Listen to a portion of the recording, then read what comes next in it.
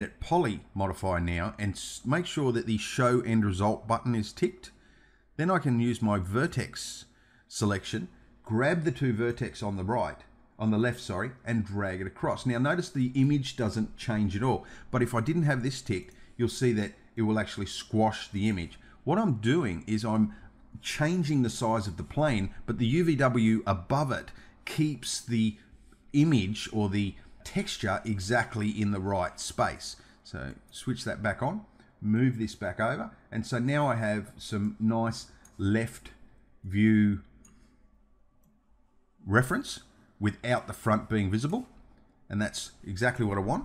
Now what I'm going to do is duplicate it by holding down Shift, and I'm going to drag it to the left about there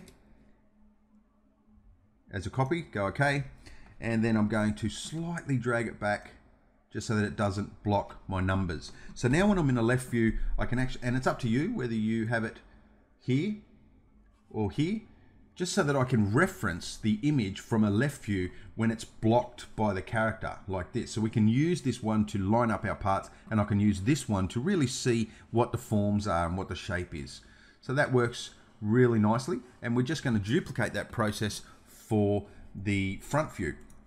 So I'm going to select this one here, the first one we created, and this time I'm going to rotate using the Shift key. And if your angle snapper's on, that way you can rotate it nicely in 90 degrees. So hold down Shift and rotate it 90 degrees. That's it there. And then move it back a little bit. And just from a front view this time, go back into your Edit Poly, select those vertices again, and this time drag those ones out to the left and drag these ones in from the right, something like that.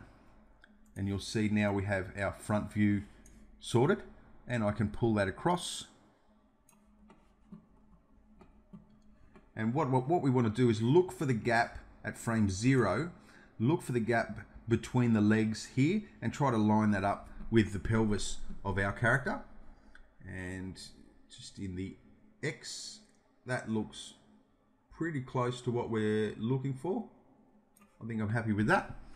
And it's set back, so that's going to work okay. And just go to a front view again, and this time we will hold Shift and just drag to the left, and that looks pretty good. Just go okay to that.